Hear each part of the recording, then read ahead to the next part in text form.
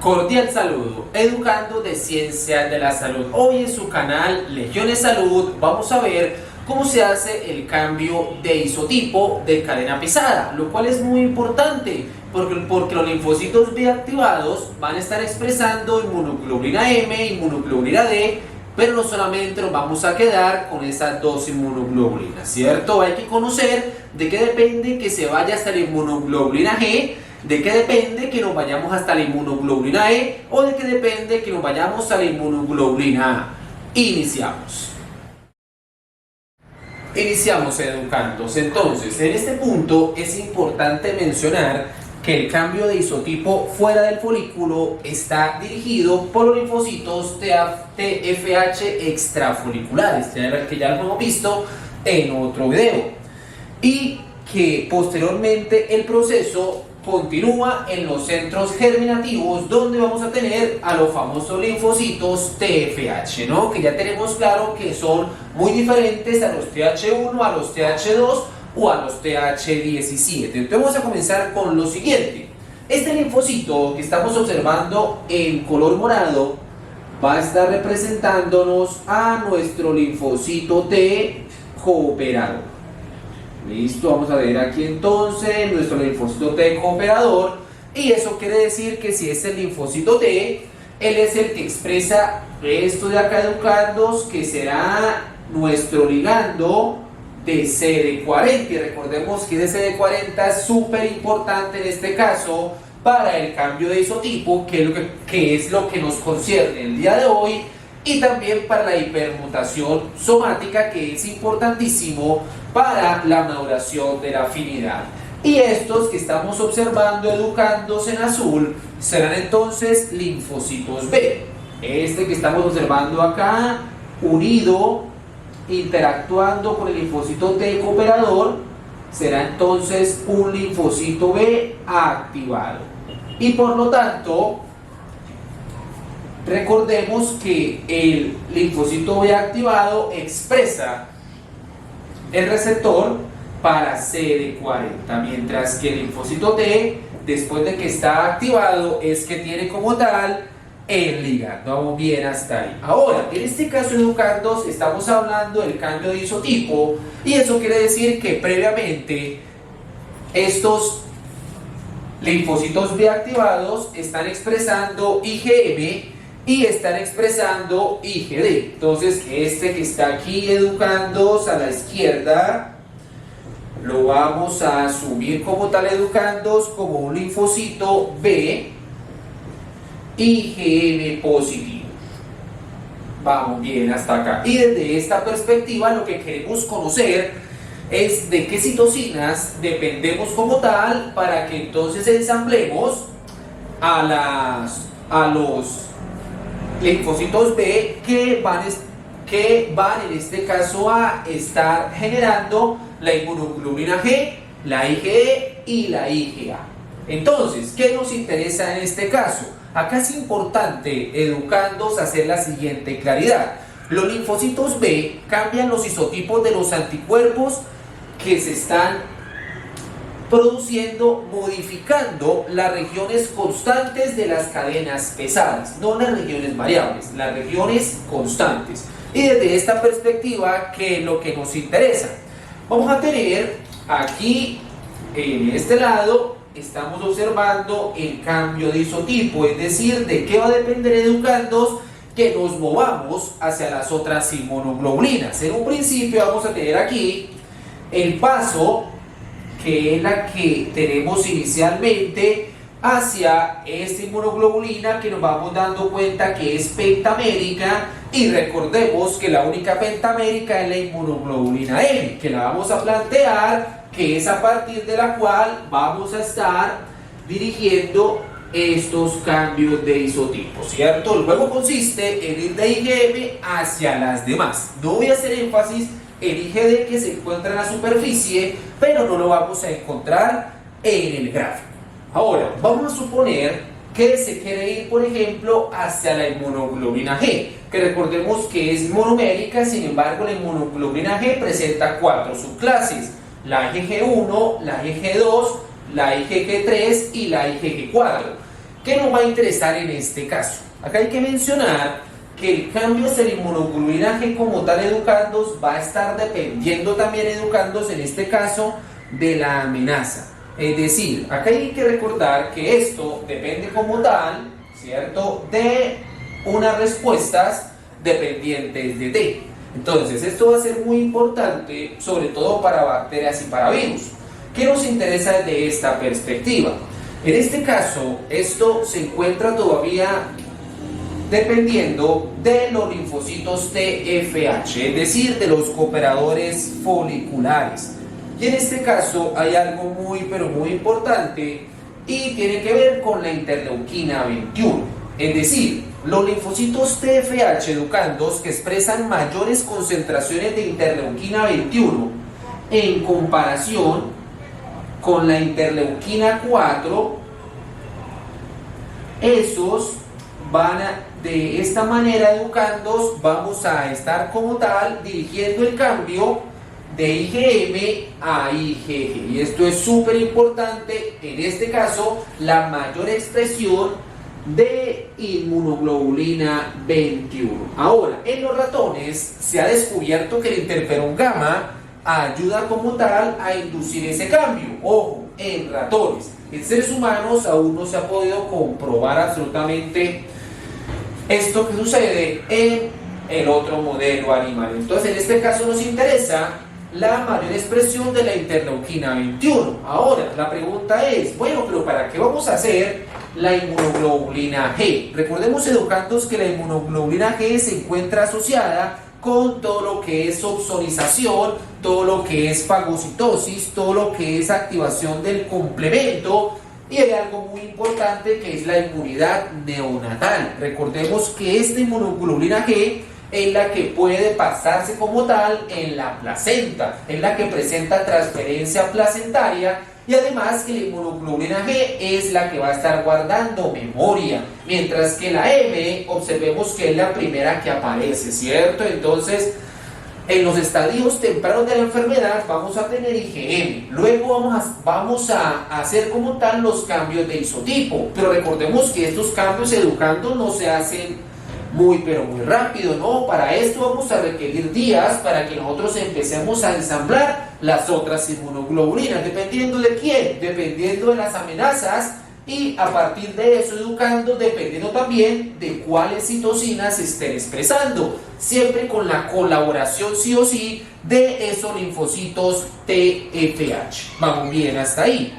Ahora, vamos a suponer, educandos, que nos vamos a defender como tal de parásitos de tipo el vinto, es decir, parásitos pluricelulares bastante grandes, ¿cierto?, que la célula como tal no va a ser capaz de fagocitar. En ese caso necesitamos la colaboración de la inmunoglobulina E. Entonces, en ese caso, educandos, las citocinas van a empezar a ser diferentes. En este caso, educando, lo que necesitamos es generar citocinas de respuesta TH2. Y en este caso nos interesan dos citocinas. Nos van a interesar la interleuquina 4 y la interleuquina 13. Y en este caso estaremos dirigiendo, educándose, el cambio de isotipo hacia la inmunoglobulina E. También es importante acá mencionar que la inmunoglobulina E se encuentra muy vinculada a todo lo que son las reacciones de hipersensibilidad inmediata, es decir, todo lo que tiene que ver con las respuestas alérgicas. Vamos bien hasta ahí. Y lo que se ha podido evidenciar recientemente es que parece que los helmintos tienen esa capacidad de inducir los cambios de isotipos en la respuesta que nosotros vayamos a desencadenar. Y finalmente, educandos, vamos a tener a la inmunoglobulina A. Con la inmunoglobulina A, en este caso, es importante mencionar que los linfocitos de los tejidos mucosos, ¿sí?, como tal, van a elegir este cambio de isotipo, es decir, de la IgM a la IgA. ¿Por qué razón? Porque en este caso, educandos, vamos a tener que es la clase de anticuerpo que mejor se transporta a través del epitelio a las secreciones mucosas. Entonces, desde esta perspectiva vamos a irnos hacia la inmunoglobulina A, pero en este caso vamos a requerir de unas moléculas bien específicas. Entonces vamos a tener un estimulante que en este caso va a ser una molécula que es el TGF raya beta, que es el factor de crecimiento transformante beta. Pero no solamente vamos a requerir de él, además vamos a tener unas citocinas de la gran familia del factor de necrosis tumoral, es decir, del TNF, y a partir de esta familia vamos a tener a otras dos citocinas, una que se llama BAFF,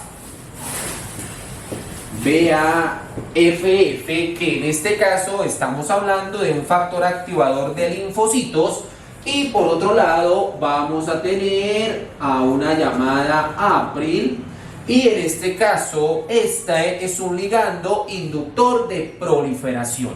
Pero acá viene lo más interesante. Resulta que esta parte que voy a encerrar acá, esto educandos, es producido por células mielocíticas. Ustedes, bueno, ¿eso por qué es importante? Porque eso quiere decir que ellas pueden estar induciendo el cambio de isotipo hacia la inmunoglobulina A sin una respuesta dependiente de T, dado el origen embriológico diferente. Esto lo hace más interesante.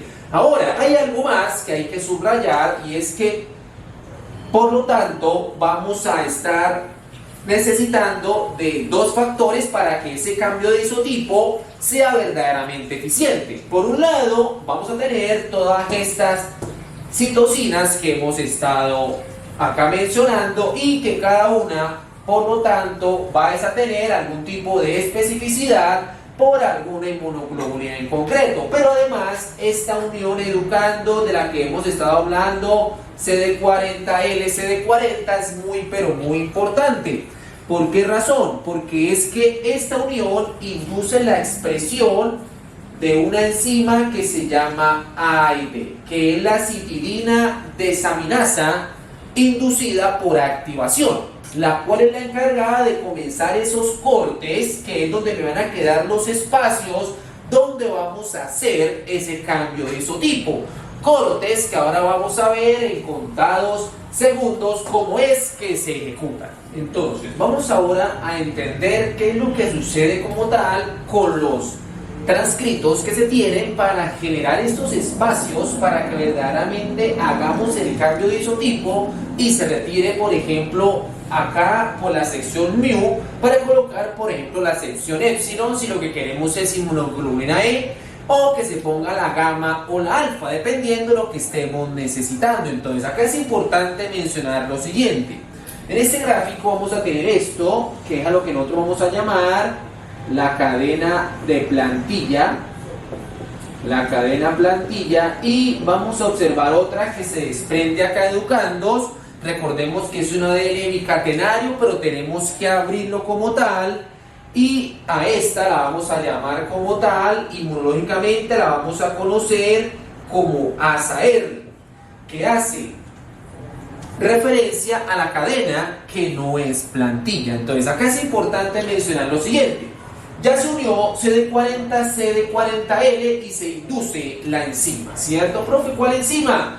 La enzima más importante en este caso para el cambio de isotipo, que es la AID, que es la citidina desaminasa inducida por activación. En este caso es importante mencionar que los transcritos de la región de cambio tienden a ensamblar híbridos ADN y ARN estables que involucran a unas cadenas plantilla, que es lo que tenemos acá. Sin embargo, educandos, para que AID funcione, esto tiene que escindirse un poco, porque AID solo actúa sobre ADN monocatenario, de tal manera que se va a estar liberando esa cadena, ¿cierto?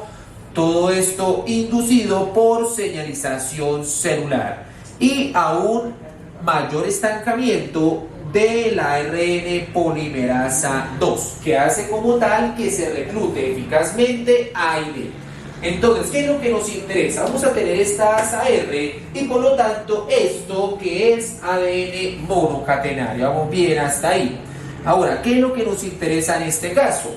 Esta es una citilina desaminasa. Recordemos que si es una citilina desaminasa es porque está actuando, aquí hagamos un paréntesis, sobre la citosina, ¿cierto? Y recordemos, educandos, que la citosina en el carbono 2 tiene un grupo ceto y en el carbono 4 tiene un grupo amino. Eso quiere decir, educandos, que se actúa una citilina desaminasa. Recordemos que si vamos a desaminar es porque vamos a retirar el grupo amino.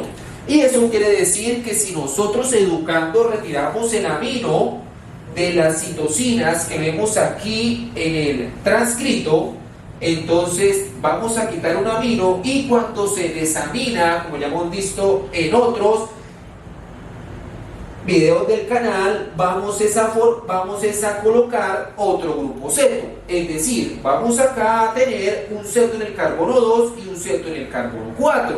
Eso quiere decir, educandos, que esto ya no se llama citosina, ¿cierto? Será una pirimidina que se va a llamar uracilo. Serán, pero profe, no se puede porque usted está diciendo que es un ADN bicatenario. Recordemos, educandos, que es un híbrido, no es un híbrido ADN-ARN, pero con eso no vamos a complicar en este momento. Eso quiere decir que cuando actúa la enzima A y D, vamos a cambiar la citosina, ¿cierto? Y la citosina se va a convertir en uracilo. Entonces, todos los lugares donde estén las citosinas, las vamos a convertir, educandos, las vamos a convertir en uracilo. Vamos bien hasta ahí. Posteriormente, educandos, tenemos que eliminar ese uracilo, es decir, tenemos que obtener lo que se llaman lugares abásicos, es decir, donde vamos a tener espacios, vamos a retirar esa base.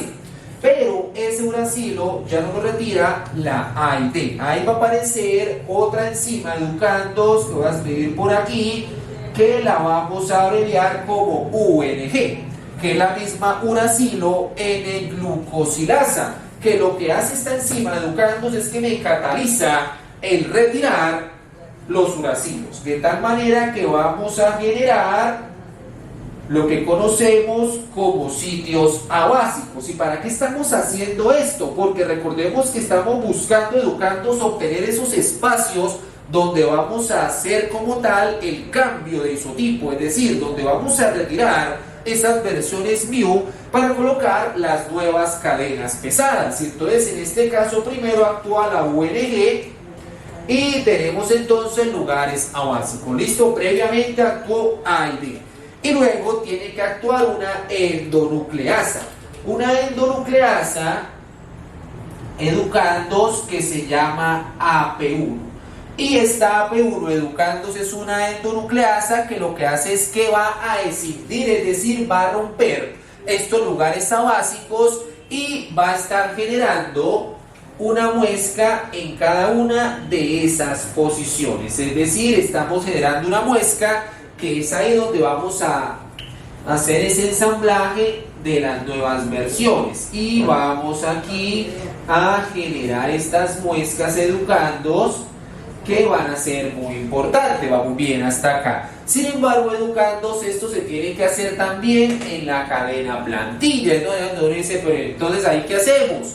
Resulta, educandos, que tenemos la colaboración de un complejo proteínico llamado exosoma ARN. Y este complejo proteínico llamado exosoma ARN me colabora también, educandos, para permitir que puedan actuar tanto A y D como UNG y AP1, de tal manera que también se puedan generar esos espacios, podamos generar entonces también esos espacios a lo largo de la cadena plantilla. Y eso, educandos, 1, 2, 3, 4, 5, 6 espacios, 1, 2, 3, 4, 5, y por acá supongamos que está el sexto espacio, lo cual, educandos, va a ser muy pero muy importante. ¿Por qué razón? Porque ahora hemos generado como tal unas muescas en las cuales vamos a estar como tal ensamblando ese cambio. Ese cambio es de una cadena mu, que será la que dona, y otra cadena aceptora, que en este caso va a estar en el sentido 3, y esa cadena aceptora puede ser epsilon, puede ser gamma, ¿cierto? O puede ser alfa, dependiendo de esa parte ahí del locus que se esté intentando ensamblar. Ahora, hay que recordar, educandos, que entonces acá finalmente, ¿qué es lo que vamos a hacer? Vamos, educandos, acá a estar ensamblando una decisión y recombinación, y luego vamos a eliminar como tal, educandos, los genes intermedios, y luego simplemente hacemos un corte y empalme del ARN, y finalmente una traducción para que se tenga el cambio de isotipo hacia donde se espera. En este caso era hacer énfasis en la importancia de A y D, porque si no se generan estos espacios, no hay donde hacer como tal los cambios de isotipo. Eso fue todo por hoy, educando de Ciencias de la Salud. No olviden darle like al video, suscribirse y activar las campanitas. Seguiremos subiendo más videos asociados a las ciencias de la salud. ¿Quiénes somos? Legiones Salud.